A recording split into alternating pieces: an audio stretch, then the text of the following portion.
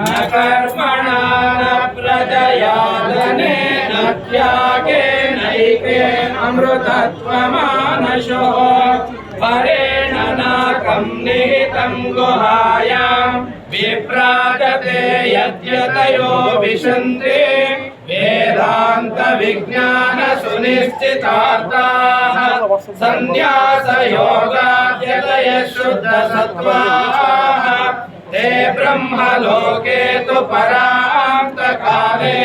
परामृतात् परिमुच्यन्ते सर्वे दहरं विपापं परमेश्वभूतं यत्पुण्डरीकं पुरमद्य सद्ग्रस्तं तत्रापि दहरे गगनं विशोकस्तस्मिन् यदन्तस्तदुपासितव्यम्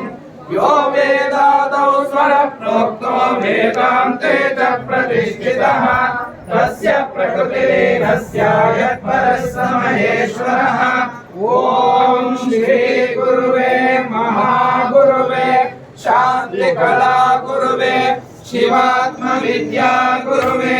पुरा गुरुवे विश्वजगद्गुरुवे विशुद्ध चेष्टा गुरुवे सुधे गुरुवे भक्ति यशो गुरुवे प्रसाद तेजो गुरुवे कृपा गुरुवे मद्गुरुवे गुरुवे शिवाधवा